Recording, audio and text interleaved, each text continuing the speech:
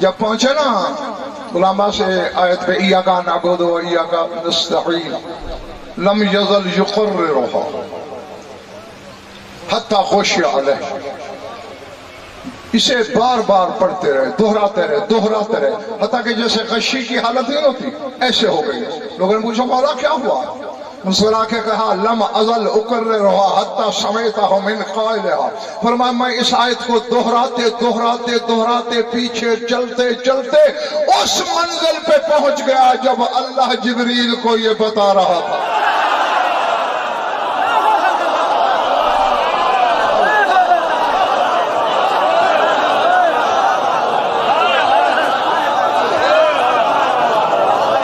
میں نے کہہ دیا پتہ نہیں کس کے سر سے گزر گیا، کس کے سینے دل میں اترا۔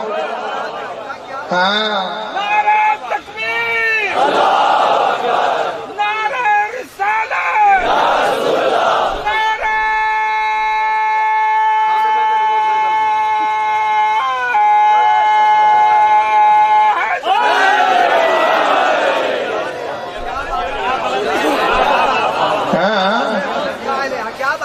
جی مجھ سے، حفاظ سے، قاریوں سے، مخلوق سے قرآن سننا اور بات ہے،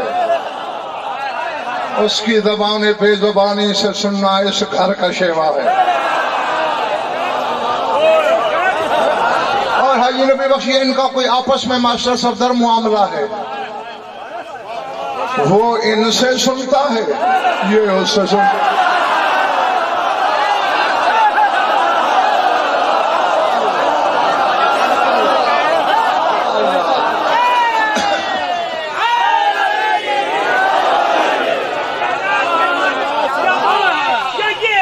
سمجھ آ رہی ہے بات؟ وہ اور ویسے بھی دیکھو، میری تقریر جتنا میری اپنی زبانی مجھے اچھی لگے گی کسی اور کی زبانی تو نہیں لگ سکتی، تو اللہ بھی اپنی زبانوں سے سننا چاہتا ہے۔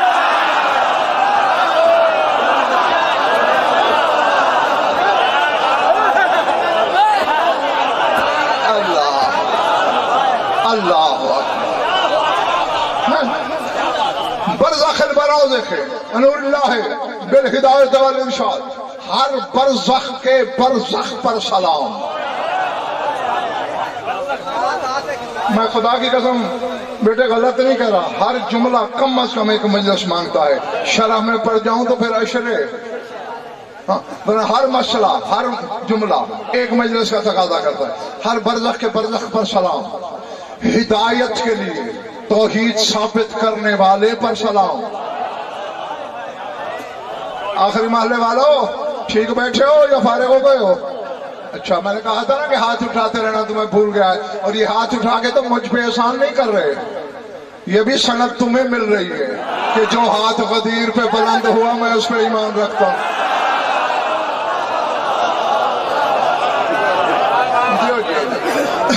ہاں اچھا یہ کیسے توحید ثابت کرتے ہیں؟ بس مجھے تیزی کرنا پڑ رہی ہے، سر اٹھانا۔ یہ دنیا میں اپنا آپ منوانے نہیں آئے، توحید منوانے آئے۔ خدا کی قسم جب میں حاجی نبی بخش یہ سوچتا ہوں نا، میرے تو 14 طبق روشن ہو جاتے ہیں۔ ابھی تو یہ خود کو چھپاتے رہے اور کچھ لوگوں نے خدا کہہ دیا۔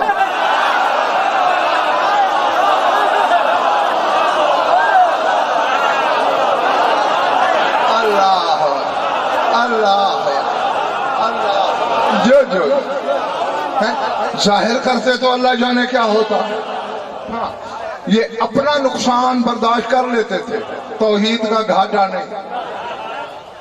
جو ابھی میں نے ابن ابی الاوجاع دہریہ کا نام لیا تھا، یاد ہے نا، جو مولا کے زمانے میں بڑی بحثیں کرتا تھا، مولا سے بھی، مولا کے صحابہ سے بھی۔ مولا کا ایک شاگرد ہے ہشام بن حکم، 16 سال کی عمر میں اس نے اس وقت عرب و عجم کے سب سے بڑے عالم کو لاجواب کر دیا تھا، 16 سال کی عمر میں۔ شاگرد کس کا؟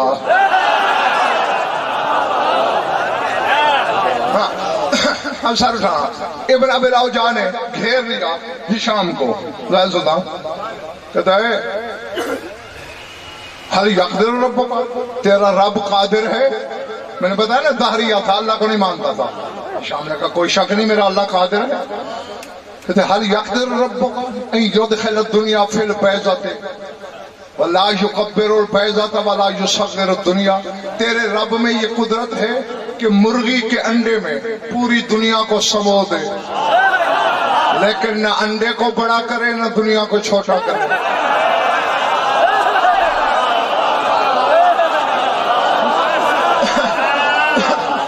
ہشام جیسے عالم کو چکر آیا، قال انظرنی، کہتے مہلت دے مجھے.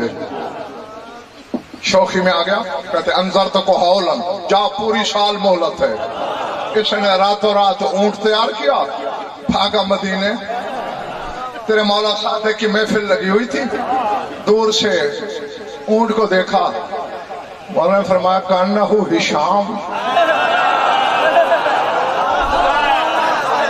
اونٹ سے اترا، مولا کی قدم بوسی کے لیے. مولا نے مسکرا کے فرمایا دہریہ نے چکر میں ڈال دیا نا.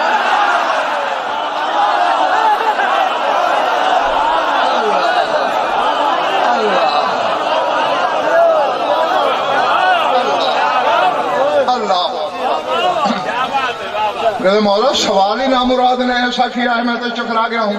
کہتے انڈا بھی بڑا نہ ہو، دنیا بھی چھوٹی نہ ہو.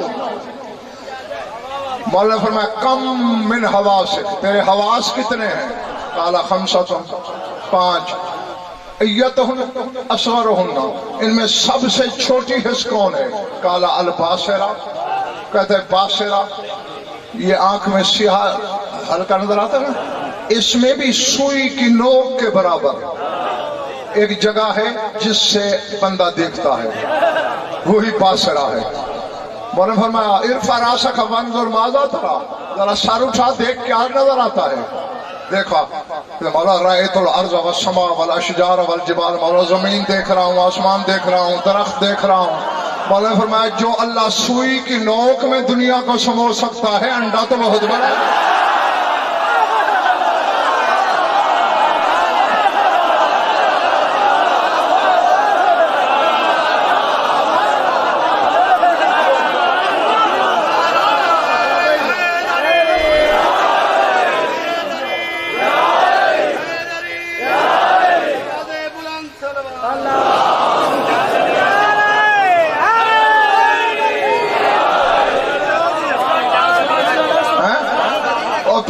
امام نے آگے سلطان یہ بھی میرے فرمایا من اقدر من یکبر البیضۃ او یصغر الدنیا، فرمایا اس سے بڑا قادر کون ہوگا جو انڈے کو اتنا بڑا کرے کہ دنیا سما جائے، یا دنیا کو اتنا چھوٹا کرے کہ انڈے میں آ جائے.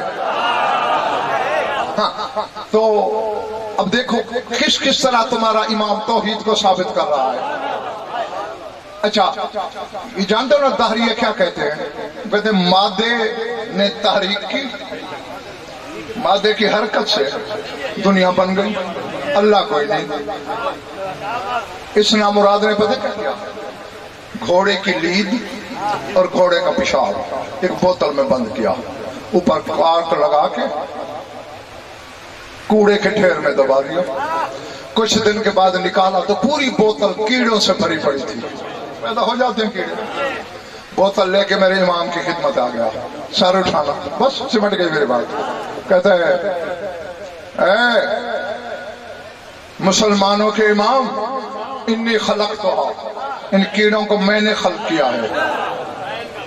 اب مقصد یہ تھا کہ آگے مولا یہ کہیں گے کہ نہیں نہیں، تو نے 2 مادے ملائے، سورج کی گرمی پڑی، مادے میں حرکت ہوئی، کیڑے بن گئے. تو میں کہوں گا یہی کچھ تو میں کہتا ہوں، لیکن یہ پتہ نہیں سامنے عالم نہیں تھا، مسجود علم تھا.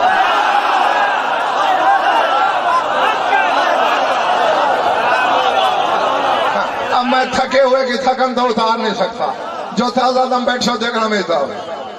مولا کہتے ہیں سجیۃ الکرم، کرم کرنا ہماری عادت ہے. میں کریمی کر رہا ہوں، ایک دفعہ پھر سوچ لے، تو نے خلق کیا ان کو؟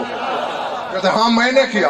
مولا بس اچھا اتنا بتا دے ان میں نر کتنے ہیں، مادہ کتنے؟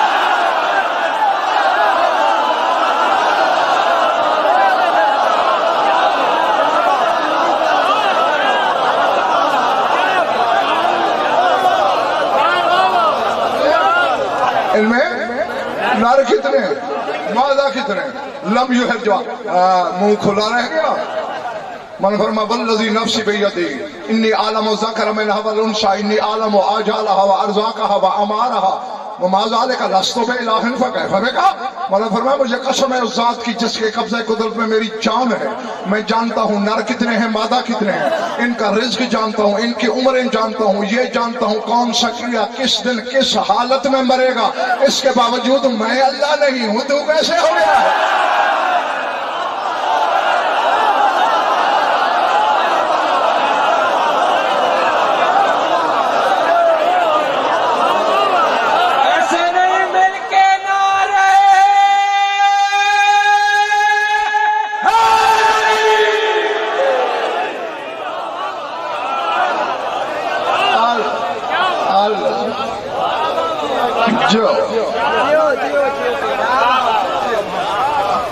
درود پڑھ لو مل کر آواز بلند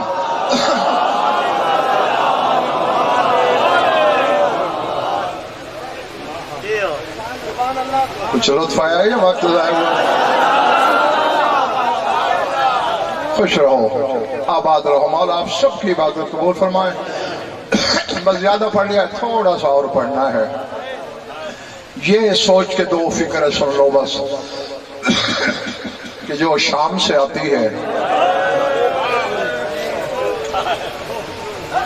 وہ نہ ہمارا علم سننے آتی ہے نہ اسے ہماری خطابت سے کوئی لینا دینا وہ رونے کے لیے آتی ہے ہر مجلس میں حسین کا پرسہ لینے آتی ہے اور آج جعفر صادق کا پرسہ لینے آتی ہے اللہ جو تمہاری سوچ سے بھی پہلے میں نے منبر خالی کر دینا ہے ہاں کیونکہ مجھے یقین ہے کہ جس سینے میں گوشت ہے پتھر نہیں وہ لمبے چوڑے مضمون کا محتاج نہیں ہوتا میں اکثر یہ جملہ کہا کرتا ہوں کہ جس کسی نے بھی بطول کے جس بیٹے کو زہر دیا مفت میں لعنت کمائی پوچھ سکتے ہو کیوں کچھ دن انتظار کر لیتے نا بطول کا ہر بیٹا زینب کی چادر کو رو رو کے خود مر جاتا اللہ اکبر اللہ اکبر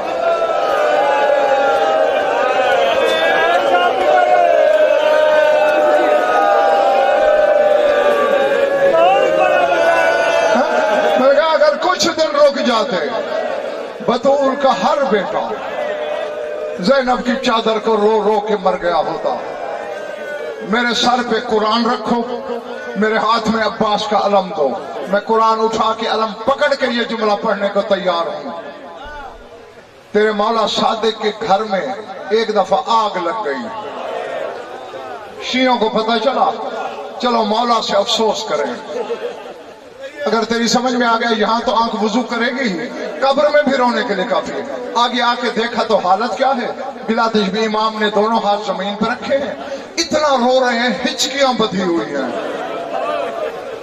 اللہ اکبر لوگوں نے کہا مولا اللہ مان آگ میں کوئی جانی نقصان تو نہیں ہوا مولا نے فرمایا ہم نقصان پہ پچھتانے والی مخلوق نہیں ہے تو مولا اللہ تجھے کہیں بھی نہ رلائے اتنا بیتاب ہو کے کیوں رو رہے فرمایا جب میرے گھر میں آگ لگی نا میرے جتنے حرم تھے سارے میری پناہ میں آ گئے تذکرت نارا لیلۃ الہادی عشر فی کربلا مجھے شام غریبہ کی آگ یاد آ گئی جب کربلا کے خیموں میں آگ لگی تھی کوئی بی بی زینب کے پیچھے کوئی ام کلثوم کے پیچھے کوئی لیلا اللہ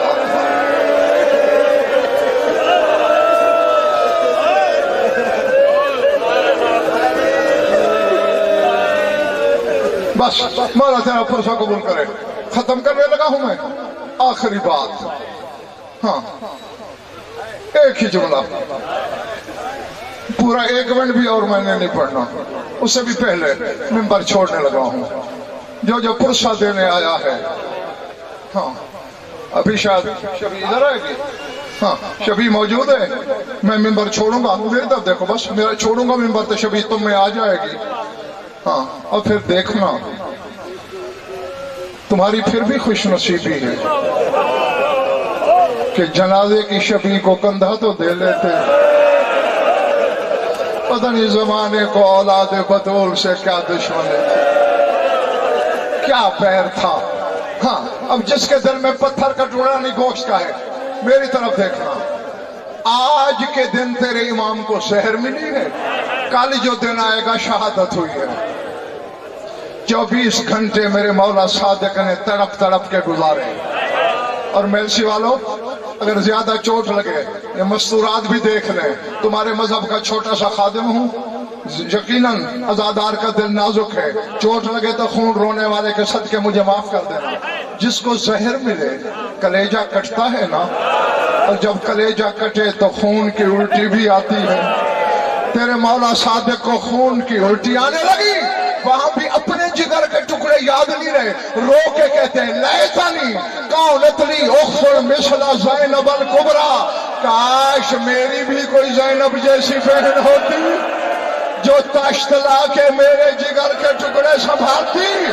سرانے سے آواز آئی, میں شام سے آ گئی ہوں, تشت نہیں ہتھیلی پہ